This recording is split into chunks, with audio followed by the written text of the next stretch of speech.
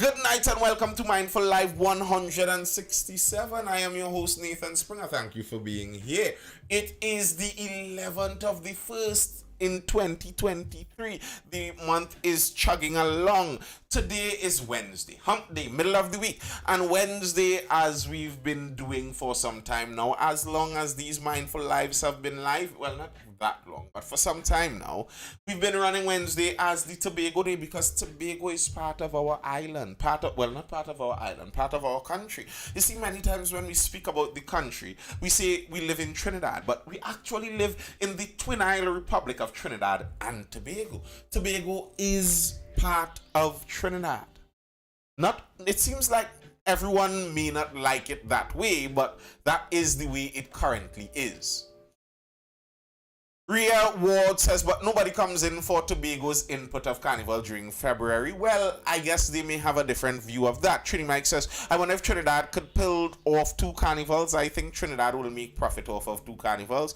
What your view of this year's carnival in the midst of a new COVID variant on the rise? Well, personally, my view when it comes to this whole new COVID variant business is I think the containment and handling of COVID should be something left more for personal decisions by now. I think we've seen how the governments have handled COVID for the last 3 years, and the repercussions, beside just what the virus does, the long-term repercussions.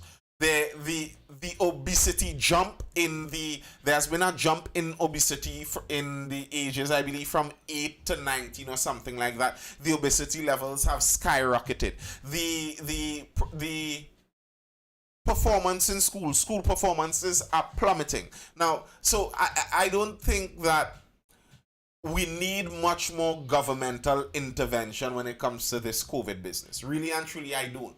I understand the fear of the virus, the worry about the actual virus itself, and that is legitimate. But I think sometimes the consequences of the overreactions to the virus may have been worse. They had Calypso competitions and Pan, well, as of midnight tonight will come right after for sure. Nah. I don't think many countries would be able to lock down the same as they did at the start of the pandemic. I don't think many people would take it as easily. It's not going to be something that people just roll over and take as easily as the first time. But in talking about Tobago, the first thing we're going to bring up about Tobago the first thing we're going to talk about with Tobago is some actions by the THA that we have been following since the carnival in October. And they seem very unrepentant about this. It seems kind of strange. Good night, Glenroy Dennis. Yes, lovely to have Tobago in the house. So, during the run-up to the October carnival in Tobago, they built a stage in the sea. Okay. Now, if you're building a stage in the sea, you're going to very likely contravene some environmental standards. So usually if you're doing something like that, you would think that you have to, run that by the Environmental Management Authority. They are in charge of the environment and managing it in Trinidad and Tobago. At least that's what you would think. But the Tobago House of Assembly did nothing of the such. They constructed their stage in the sea and said, forget about it. We don't have the time to ask EMA for everything. We'll do this on our own timing. And when this was brought up further on, the statement by the Chief Secretary is one that is a bit strange. PNM slams frightening Chief Secretary stance on EMA. The PNM Tobago Council has described THA Chief Secretary Farley Augustine's interpretation of the authority of the EMA in relation to the actions taken by the Assembly as farcical and frightening. This comes following Augustine's response to a question posed by Minority Leader Kelvin Morris at the 12th plenary sitting at the Assembly Legislature, Scarborough, on December 22nd. Augustine said, so the PNM representative in Tobago asked Augustine about building this stage without the EMA's approval. Augustine said, it should be noted that the project affectionately called, Stage in the Sea, though it's more than that, costed $1.7 million, forms part of the THA's work in claiming lands along the coastline in Scarborough, since there would be need for much more extensive land reclamation in the Scarborough area and the Scarborough coastline headed towards Lambo. To protect the coastline, it's not a waste of resources. Okay, I understand why he would say that, but I've heard that stage in the sea has already, at least, it has already been started to be reclaimed by the sea. So that stage in the sea is already seeing some reversal on the resources that have been spent there. They are already wasting some of the resources there. Question about the EMA release, which cited concerns about the project and lack of EMA approval. Augustine said the EMA shall act in accordance with the policies and directives of the Assembly. The THA Act 40 of 1996, Section 25(2)(3), it reads, where a statutory authority or a state enterprise provides services in Tobago, that authority or of enterprise shall, not if, must, or maybe, shall, in exercising its duties in relation to those services, act in accordance with the policies or programs of the Assembly, and to this end may enter into a memorandum of understanding with the Assembly. He added, the last time I checked, that law is part of the laws of Trinidad and Tobago, and what the THA did in this instance is no different to what the THA has done several times in the past for all of its projects. So basically, what he is saying is that the EMA, according to the law, the way he reads the law, the EMA has to act in accordance with THA policies. Now, I don't understand how that makes sense. If the EMA is charged with the authority of overseeing and managing the environment, they are supposed to be able to look at things outside of just political or governmental policies. They're looking at this based on science, on the science of the environment. But according to what the Chief Secretary is saying here, the EMA has no business in what they do outside of what they declare as their policy. So basically, the EMA has no oversight over the THA. That's really how the law is structured. Does that even make sense? Then what would be the purpose of the EMA in that case? What would be the purpose of the EMA if all it does is work alongside the governmental policies? Then the EMA is just as much as a secretary of the environment. There's someone just working alongside the government. It's not an independent statutory body in that case. They can't really do anything separately. They're just part of the government structure. Does that even make sense? The PNM Tobago Council expressed shock over Augustine's position. It said Augustine is attempting to convince Tobagonians that an institution which has been put in place to protect the environment and the citizenry from the excesses of government bodies and private interests is powerless in the Tobago space. Of equal concern is Augustine's assertion that he wrote to the AMA pointing out the error of their ways. That combination of arrogance and ignorance does not bode well for the relationship between the THA and relevant state agencies, and by extension, the welfare of all Tobagonians. The release said even the most ardent supporter of Augustine and his team must be mindful of the importance of those statutory bodies, which not only provide critical services for the population, but most importantly, protect the people from the politicians.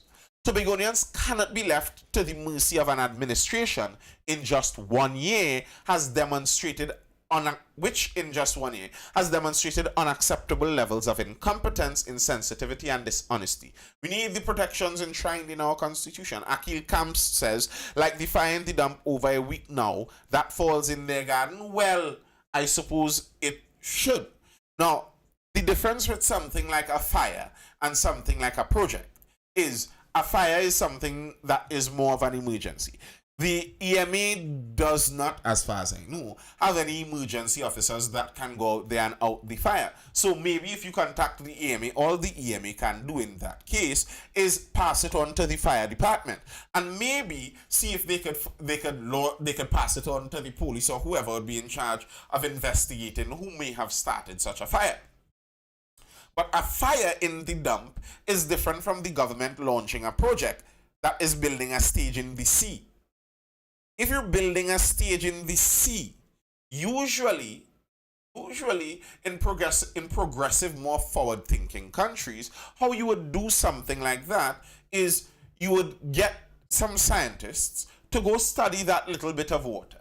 See, if I do put all these boulders into the sea and then pave it over and jut this land back out into the sea here, what is going to be the consequence on the surrounding environment? What is going to be the possibility that the environment is going to reclaim this thing within a year? Tony the ambassador says basically what he said is the MEA is there to rubber stamp what the THA wants to do. Yes, that's literally what he said. And I mean, like, if that is actually how the law is phrased, then that's crazy. But for him to say this as some sort of victorious, triumphant comeback, y'all cannot tell us anything about that EMA. Y'all cannot tell us anything about that EMA because the EMA should be functioning under our rubber stamp in the first place. Like, really, that's the direction you would go? And I find it strange that so many of these characters, when they were in positions of opposition, were very quick with words like dictatorial and authoritarian. And that's literally what things like this are. This is something that is down the line of dictatorial, where you're saying that I am above all of these other independent bodies that are supposed to be checks and balances on my authority. The EMA is supposed to be there so that the politicians don't abuse and destroy the environment, and that corporations make sure that they're functioning within the bounds of what is acceptable in the environment. And somehow they're saying, nah, that's not how this works. We could somehow surpass all of this and bypass it. Okay. But people were speaking about the Tobago Carnival. The Tobago House of Assembly is saying their October Carnival raked in $300 million. THA hails $300 million in visitor spend for Carnival. So what's a little stage in the sea if the island raking in $300 million? Let's see how they're calculating that. The successful hosting of the inaugural Tobago Carnival last October is the crowning achievement of the THA Division of Tourism, Cultural Antiquities and Transportation, says its secretary Tasha Burris. Wait, wasn't there another name for that? What was the name for it? Didn't they have a marketing strategy that they weren't going with Tobago Carnival? There was another name they were calling the entire thing. Whatever it was, it seems like that failed because everyone is calling it the Tobago October Carnival. Speaking on the Tobago Update show on Friday, Boris said the event held under the theme Ritual Revelry Release from October 28th to 30th was testimony of the synergy between herself and the Assistant Secretary Megan Morrison.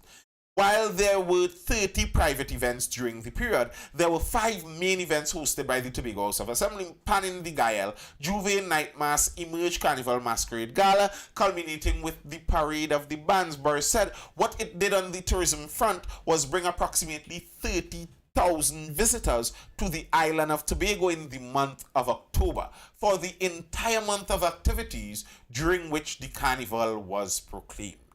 She said in terms of preliminary figures that were received from the economic front, visitors' spend was in the vicinity of $300 $100 million. So we're talking about $300 million back into the economy of Tobago during that time. Certainly, our hotels were filled, our car rentals were oversubscribed, our service providers for the different events were also heavily oversubscribed. I saw the carnival as a success for the common man because it was an opportunity for persons who are in the business sector in particular to take advantage of the opportunities that it presented. Now, here's my question on this, right? Here's my question on this. And this has been my question before. Okay.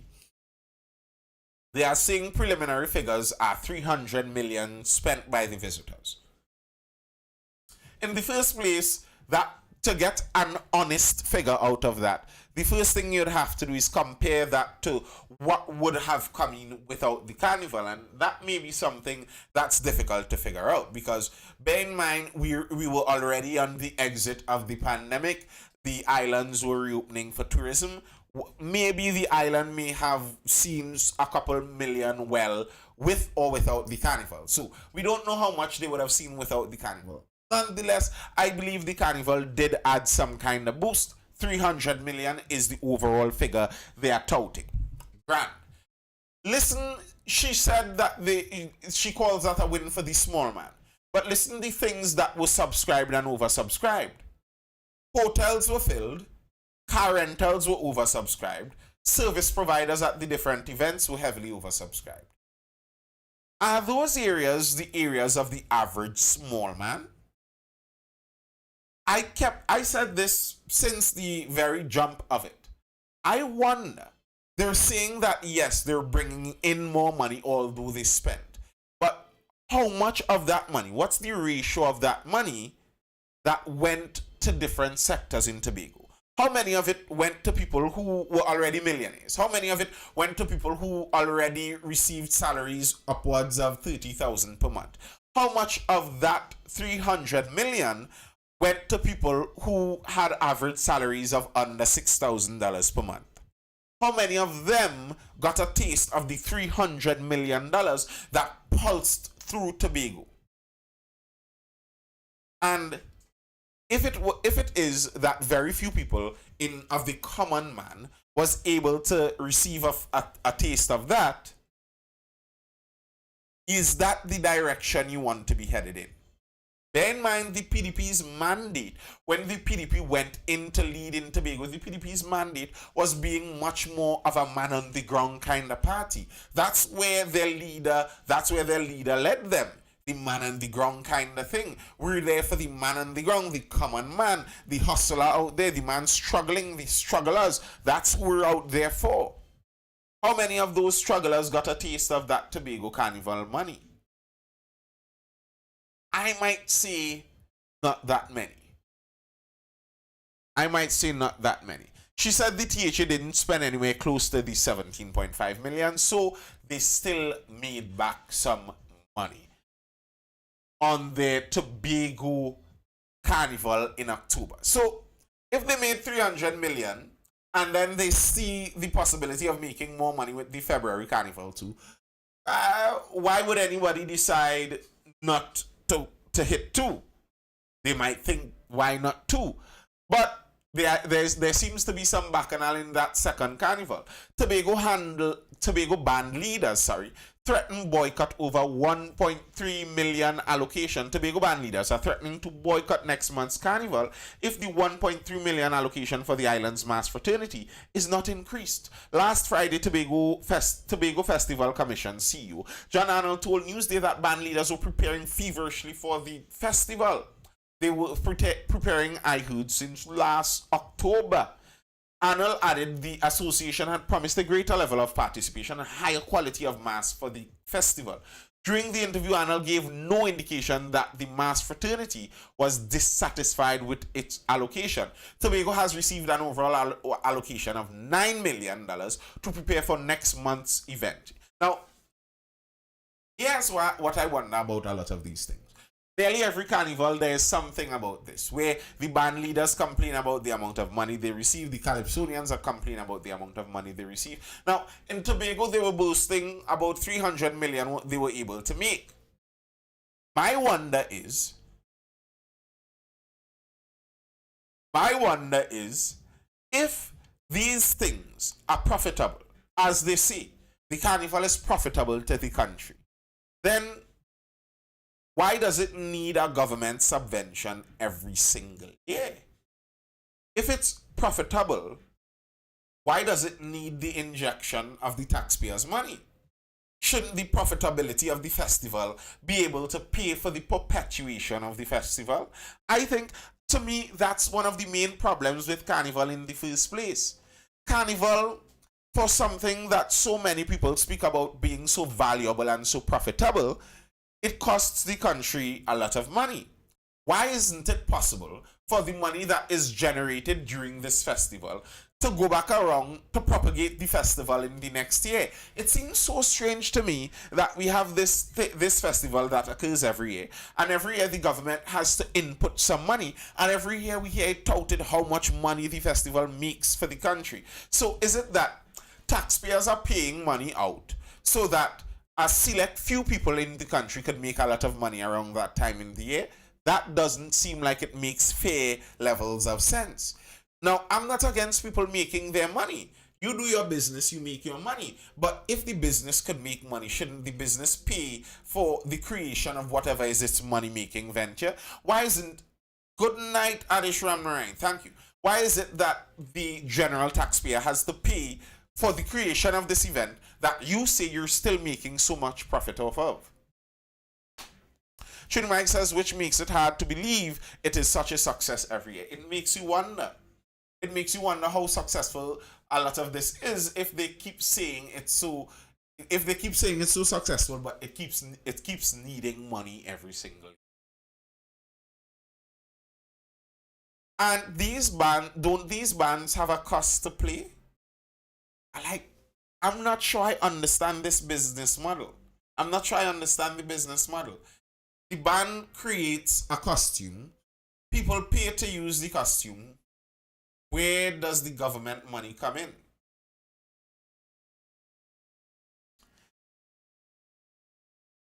Bedlow, who is the head of the band association, who has been involved in mass for more than 2 decades, said merchandise was not cheap.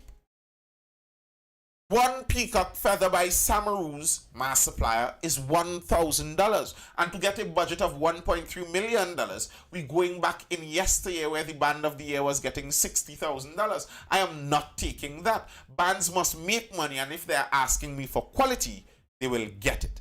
Listen, if the peacock feather is that expensive, then the person who wants to wear the peacock feather will pay the price for it. Why must the taxpayer pay for the peacock feather that the taxpayer isn't wearing?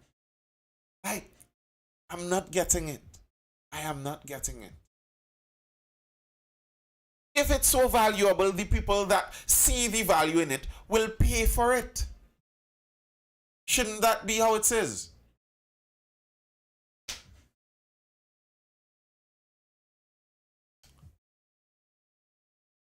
Bedlow said over the past few months she has been begging for a meeting with Chief Secretary Fali Augustine. He need to see me because I know Tobago Carnival. She claimed moves are afoot to prevent the island from participating in the national festival. That is what they want to stop the Tobago National Carnival and focus on October. But no money, no mass. Interesting. Interesting. As if... Training Mike says, as if someone could tell they're wearing peacock feathers or something generic.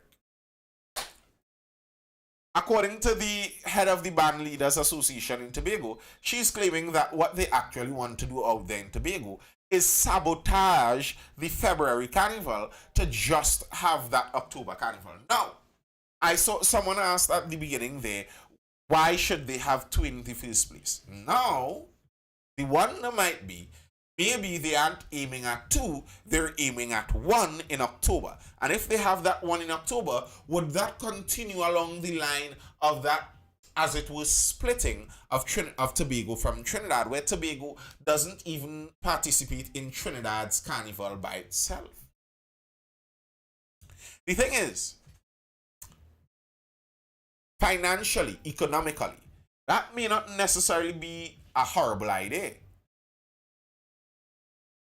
Javon868 says, I can understand the government pumping money into the showcasing of the traditional carnival. That could make some sense. That could make some sense, the government pumping money into the showcasing of the traditional carnival. But even still, I would understand that as a showcase. The government pumps money into something and gets a showcase of that. But pumping money into something where the people in there are making profits also seems strange. It seems strange. Something doesn't quite add up with that and how that functions to me.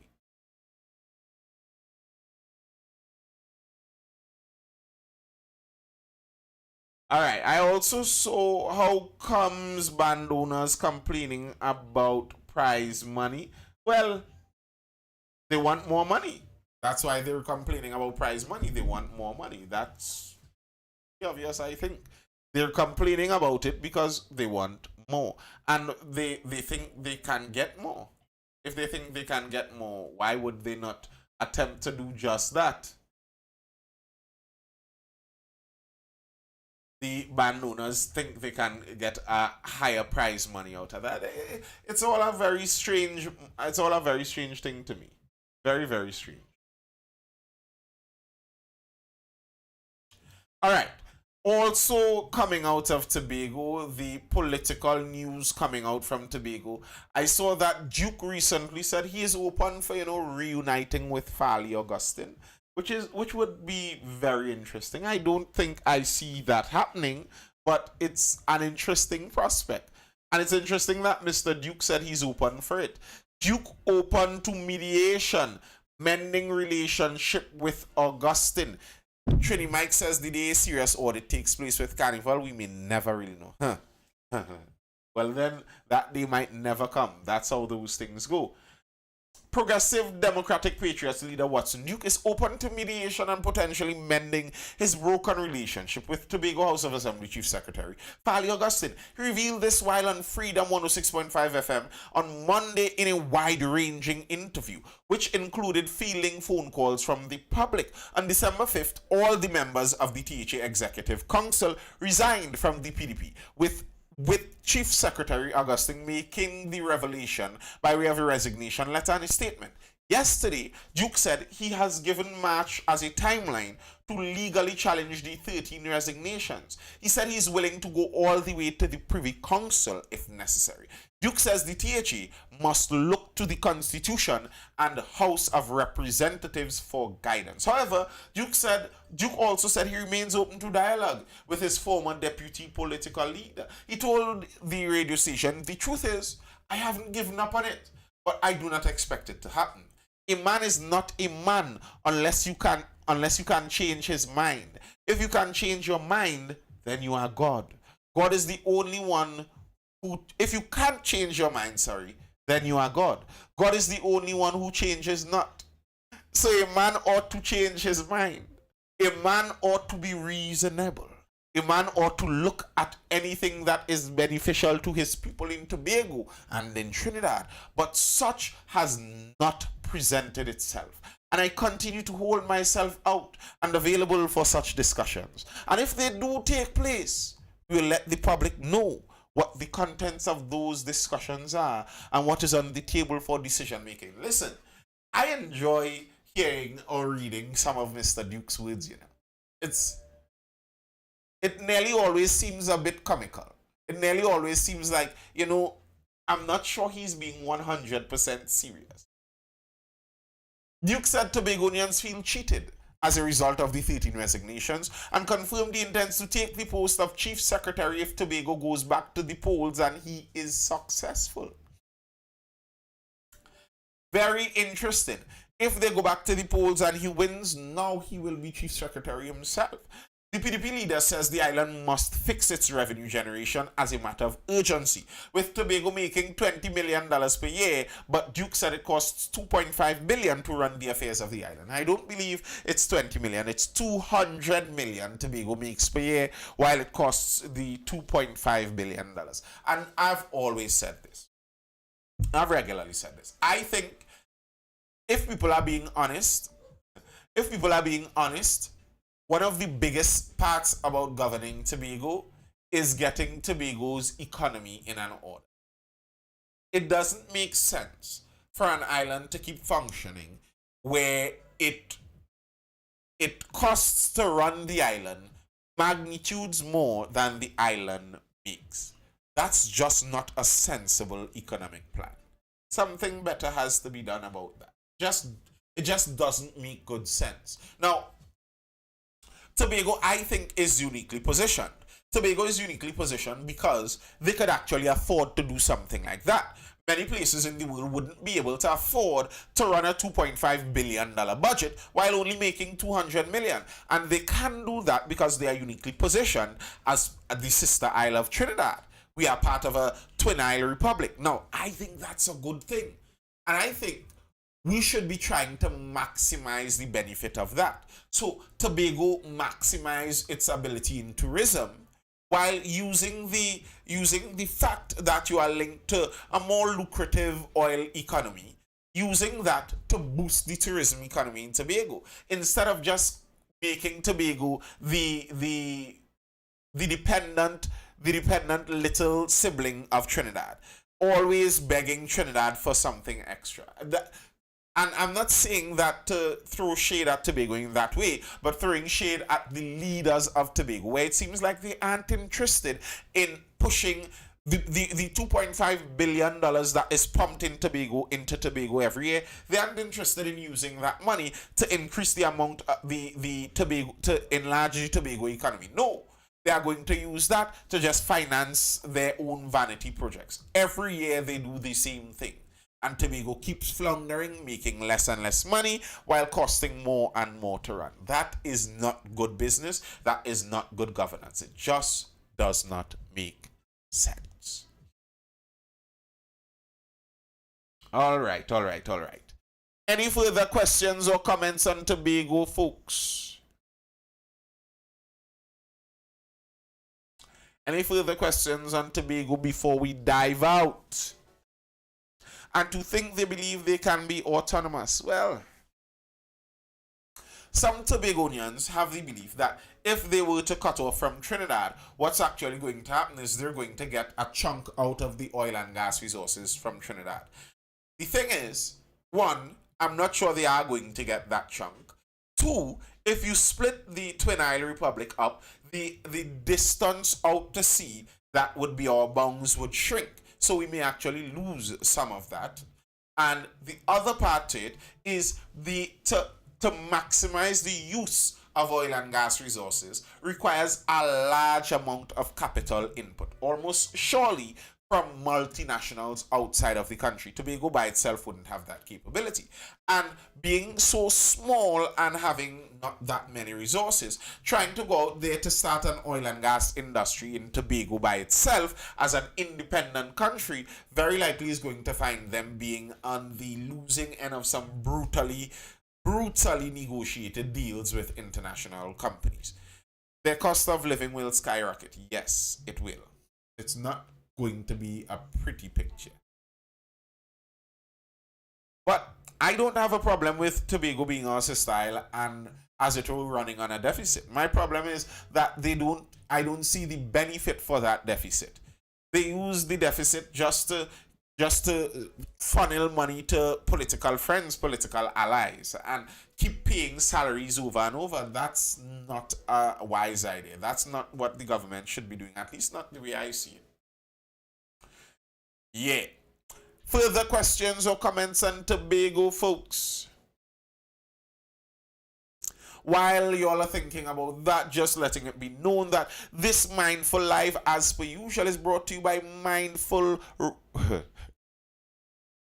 by Mindful Education. Mindful with two L's. Mindful_education is the name of our page over there on Instagram. You can also check us out on Facebook, Mindful Education. There also we run learning pods, which they use homeschool style teaching, home learning style, with more unique curriculums, hopefully geared at intuitive learning, allowing students to more logically grasp the concepts they are learning, with much smaller classes, 6 students per class generally, where these students are able to familiarize themselves with their fellow students and their tutor, so you have that comfort in learning. We have those already launched from preschool, go straight up to CXC levels. If you are interested in any of those, be sure to get into contact with us. We also offer personal private tutoring for most CXC and CAPE subjects, one-on-one tutoring, personalized. They come to your location. If you are interested in that too, get into contact with us. All right, folks. That's all I have for now. I hope you're educated, informed, or entertained. That was the Tobago talk for this week. If there are no further questions or comments, I hope you guys have a good night, a peaceful night, and I will see you again for the next Mindful Live, which is going to be tomorrow evening around 9:15 p.m. And I will see you guys then. Peace. Hold it down. Stay safe. Laters, folks.